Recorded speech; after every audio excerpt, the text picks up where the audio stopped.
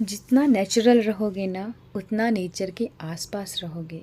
जितना शांत रहोगे उतनी समझदारी बढ़ाओगे। और जितना सिंपल और सोबर रहोगे ना उतने ही स्पेशल कहलाओगे।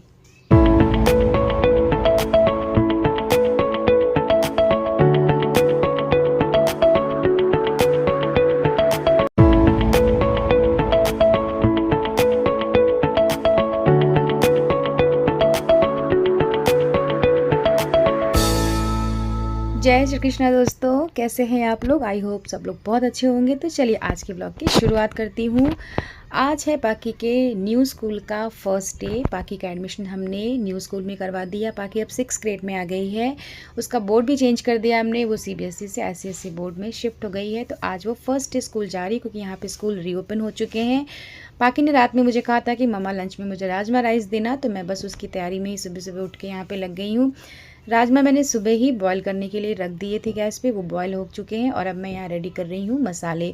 सारी चीज़ें मैंने एक साथ मिक्सर में ग्राइंड कर लिया, लहसुन अदरक प्याज वगैरह। और अब मैं मसाला रेडी कर रही हूँ। इधर राजमा भी अच्छे से बॉईल हो चुका है। राजमा जब भी मैं बनाती हूँ उसमें एक आलू ज़रूर मैं कट करके डाल देती हूँ।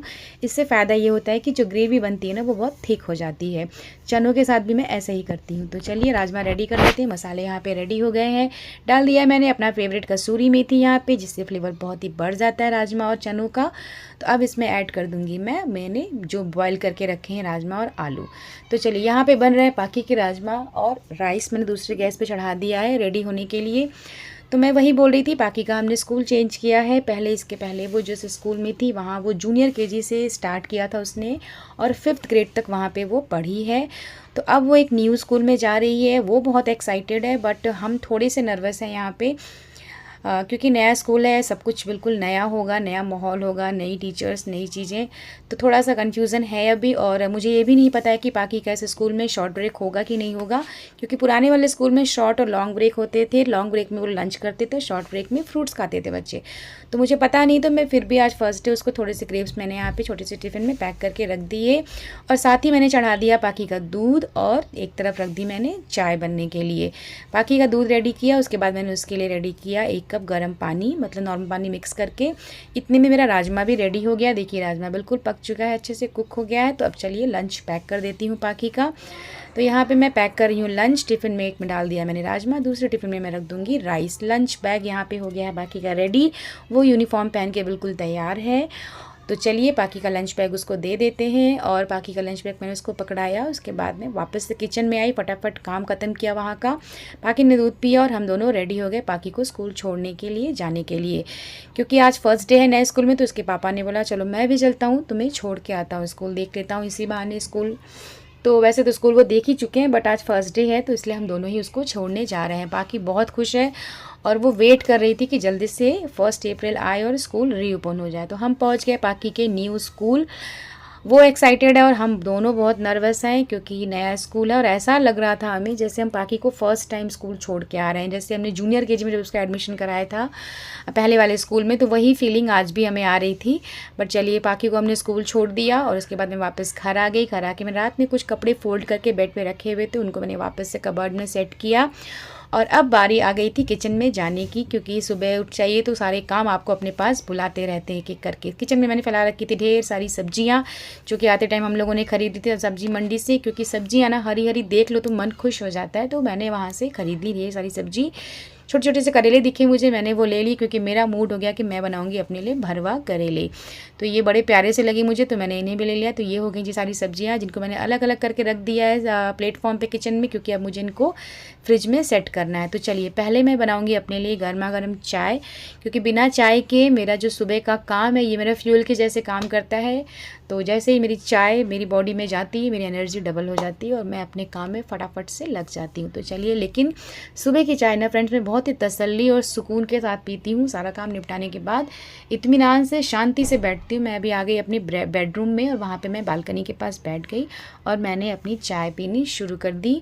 खाली पेट नहीं पीती, क्योंकि थायराइड की पिल्स लेती हूँ मॉर्निंग में, तो थोड़ी सी नमकीन ले ली मैंने साथ में उसके बाद मैंने की अपनी रूटीन वाली एक्सरसाइज, क्योंकि मॉर्निंग वॉक अब बंद हो गई है। बाकी का स्कूल 1 घंटा अर्ली हो गया है, तो सुबह की वॉक बंद हो चुकी है अभी।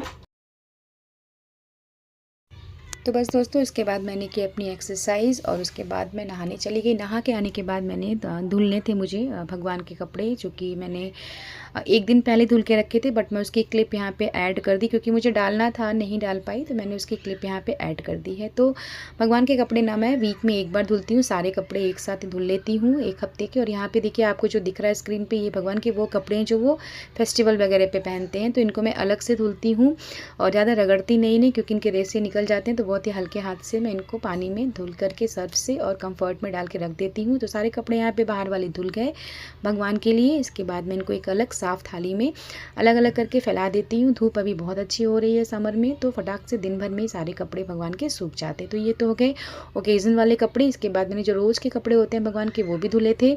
तो अब गर्मियाँ आ गई ना, तो भगवान को भी कॉटन के ही कपड़े पहनाती हूँ मैं। तो कपड़े हो गए यहाँ पे अच्छे से वॉश, इसको रख दूँगी मैं अब धूप में सूखने के लिए अच्छे से। तो चलिए फ्रेंड्स, अब आ जाती हूँ कि मैंने यहाँ पे करेले और आम कट करके रखे हैं। करेले मैं सुबह जो लाई थी उसको मैंने धो करके अच्छे से वॉश करके कट करके रख दिया है। कुछ करेले पके हुए थे, उनके जो पके बीज थे वो मैंने निकाल के अलग कर दिए और इस तरीके से सारे करेलों को मैंने वॉश करके कट करके बीज से रख दिया है।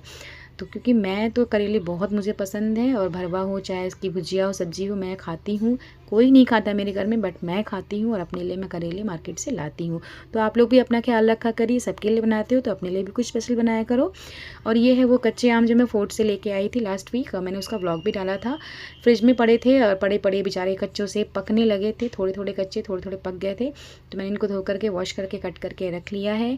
दूध भी आ गया था इतनी देर में, तो मैंने दूध को भी यहाँ पे भगोने में खाली कर लिया है पैकेट से निकाल के। और अब मैं इसको रख दूँगी गैस पे गर्म होने के लिए, क्योंकि सुबह लड्डू गोपाल जी को मैं दूध का ही भोग लगाती हूँ ड्राई फ्रूट्स के साथ पहला वो। तो चलिए दूध रख दिया मैंने गर्म होने के लिए गैस पे, और इन दोनों को मैंने कर दिया यहाँ पे कवर, क्योंकि अभी पहले मुझे करना है एक ज़रूरी काम, वो है भगवान का घी ख़त्म हो गया है। तो पहले मैंने कढ़ाई में भगवान के लिए मलाई में अलग से साफ़ निकाल के रखती हूँ फ्रिज में। जब भी ख़त्म होता है भगवान का घी, मैं घर में ही घी बनाती हूँ मलाई से, तो वो मैंने आज रेडी कर लिया यहाँ पे। इसको छान करके मैं यहाँ पे अलग रख रही हूँ जब तक कि ये ठंडा हो जाता है। उसके बाद मैं इसको भगवान का जो घी का डिब्बा है उसमें भर के रख दूँगी। उसके बाद मैंने रख दी गैस पे कढ़ाई, और सबसे पहले मैं आ गई ये आम जो मैंने काट करके रखे थे, इनका मैं क्या बनाने वाली हूँ आपको बताती हूँ।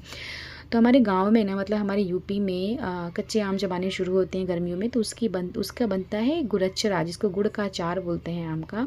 और बहुत जगह पे से आम की लौंजी बोलते हैं। तो इसको पचफोरन का तड़का दिया जाता है इसमें, और लाल मिर्ची का और हींग का, बस। इसके बाद आप इसमें जो कच्चे आम अपने कट करके रखे हैं वो आप डाल दो इसमें।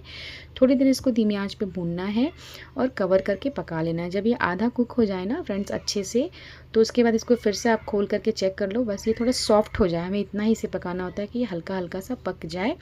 और इसकी स्टेज अब बिल्कुल वैसी हो चुकी है। तो अब इस स्टेज पे इसको फिर कवर करके गैस को आपको बंद कर देना। अब हम यहाँ पे लेंगे गुड़। मुंबई में ना गुड़ इसी टाइप का मिलता है, आई थिंक ये डेट्स यानी खजूर का गुड़ होता है जो यहाँ पे मिलता है इस तरीके से स्क्वायर शेप में, मतलब ऐसा कॉनिकल शेप में। हमारे यूपी में तो जो गुड़ है वो डलियाँ होती छोटी छोटी सी गुड़ की वैसी मिलती हैं, बट वो तो नहीं मिलता। ये थोड़ा अलग ही टेस्ट होता है, बट फिर भी चलता है, अच्छा लगता है ये भी खाने में। तो आपको गुड़ लेना है और गुड़ इस तरीके से काट करके अलग कर लेना है बारीक बारीक। क्वांटिटी में नहीं बता रही क्योंकि हम लोग 3 लोग ही हैं, तीनों लोग के हिसाब से मैं थोड़ा थोड़ा बनाती हूँ। तो आप अपने फैमिली मेम्बर्स के अकॉर्डिंग जो भी चीज़ें मैं डाल रही हूँ आप ले लेना। तो गुड़ यहाँ पर मैंने कट करके अलग कर लिया है। और इधर चलिए ये जो हमने मैंगो यहाँ पे कट करके या कुक करके रखे हुए आधे, उसमें अभी इन सारे गुड़ जो हमने क्रश करके रखा ना उसको ऐड कर देंगे। गुड़ को आपको ऐड करने के बाद तुरंत ही गैस ऑन कर देनी है और अब इसको चलाते रहना है। धीरे धीरे करके जो गुड़ है वो मेल्ट होने लगेगा, पिघलने लगेगा, और पिघलते पिघलते बिल्कुल ग्रेवी जैसा हो जाता है। थोड़ी देर में आपको ऐसा फील होगा कि जैसे आपने इसमें पानी डाला है, बट पानी नहीं डालना है। गुड़ ही जो है वो मेल्ट होकर के बिल्कुल हल्का लाइट सा हो जाएगा ग्रेवी के जैसा। तो आपको इसको चलाते रहना है। और थोड़ी देर के बाद फिर वही जो इसकी पतली पानी जैसी ग्रेवी आपको दिख रही है ना, चलाते चलाते थोड़ी देर के बाद आपको वो थिक लगने लगी। तो मैं यहाँ पे वही कर रही हूँ अभी, क्योंकि मुझे बहुत पसंद है। अब मैं यहाँ पे आपको पास से दिखा रही हूँ। देखिए अभी ये बिल्कुल पानी जैसा, जैसे ग्रेवी होती है ना सब्जियों की, वैसा हो गया है। बहुत लोग इसमें वाटर ऐड भी करते हैं अगर उनको ग्रेवी हल्की चाहिए होती तो, बट मैं नहीं करती। गुड़ अब देखिए धीरे धीरे से ये गाढ़ा होने लगा है। तो आपको इसको पकाना है, थोड़ी थोड़ी देर के बाद इसको चलाते रहना है। अब ये गाढ़ा होना शुरू हो गया और ये पक चुका है, अब टोटली पक चुका है। अब यहाँ पे आपको गैस कर देनी है ऑफ़, क्योंकि ठंडा होने पर ना ये और गाढ़ा होता है। तो अब इसको और ज़्यादा कुक नहीं करना है। अब गैस को बंद कर दीजिए और रख दीजिए इसे ठंडा होने के लिए। तो चलिए अब बना लेती हूँ मैं अपने फेवरेट भरवा करेले। तो भरवा जो मसाला है सब्जियों का, वो मैंने होली वाले ब्लॉग में शेयर किया, आप चाहो तो वहाँ से जाके देख सकते हो कि मसाला कैसे रेडी करते हैं। मसाला लेना है, उसके बाद इसमें लाल मिर्ची, हल्दी पाउडर, नमक डाल करके थोड़ा सा सरसों का तेल डाल के आपको उन सारी चीज़ों को अच्छे से मिक्स कर लेना। और अब मैंने ले लिए अपने वो करेले जो कट करके मैंने रखे थे, और इसमें मैं अब भर दूँगी ये सारे मसाले।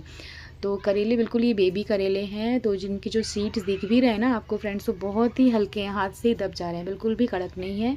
एक दो जो थे वो जो रेड रेड से हो गए थे, उनको मैंने निकाल दिया क्योंकि वो हार्ड भी हो गए थे। तो देखिए मैंने सारे ही करेलों में लगभग यहाँ पे जो मसाला है वो भर लिया है। तो कोई नहीं खाता मेरे यहाँ, बट मैं अपने लिए बिल्कुल बनाती हूँ करेले। मेरे यहाँ साग भी कोई नहीं खाता बहुत ज़्यादा, तो लेकिन मैं बनाती हूँ अपने लिए। तो लेडीज़ आप लोग भी दिन भर घर में काम करते हो, सबकी पसंद का खाना बनाते हो ना, तो थोड़ा अपना भी ख्याल रखा करो, क्योंकि अगर आप हेल्दी रहोगे, आप खुश रहोगे, आप अपनी मनपसंद का खाना खाते रहोगे, तो आपका मूड अच्छा रहेगा, आप हेल्दी रहोगे और अच्छे से सबका ख्याल रख पाओगे। तो मैं यही सोचती हूँ। तो देखिए करेले यहाँ पे मैंने भर दिए हैं, गैस पे चढ़ा दिए मैंने कढ़ाई, इसमें डाल दिया है तेल और लगा दिया है उसमें पचफोरन का तड़का, और थोड़ा सा डाल दिया है हींग, और कुछ भी नहीं डालना है आपको। उसके बाद जो आपने ये करेले रेडी करके रखे हैं मसालों के साथ, उसको इसमें डाल देना है।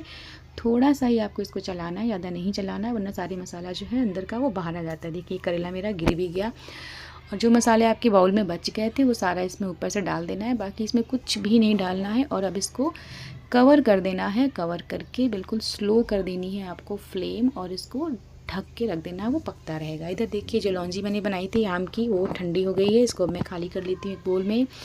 बहुत अच्छी बनी है, खाने में भी बहुत टेस्टी थी। ये बहुत ही यम्मी होती है, समर में बहुत बनती है जब आम का सीज़न आ जाता है। तो नानी के घर से बचपन से खाती आई हूँ मैं इसे, और ये सबके साथ जाती, पराठे, पूड़ी, रोटी, किसी भी चीज़ के साथ आप इसको खाओ, सब्ज़ी की ज़रूरत ही नहीं है फिर आपको, इतनी टेस्टी लगती है ये।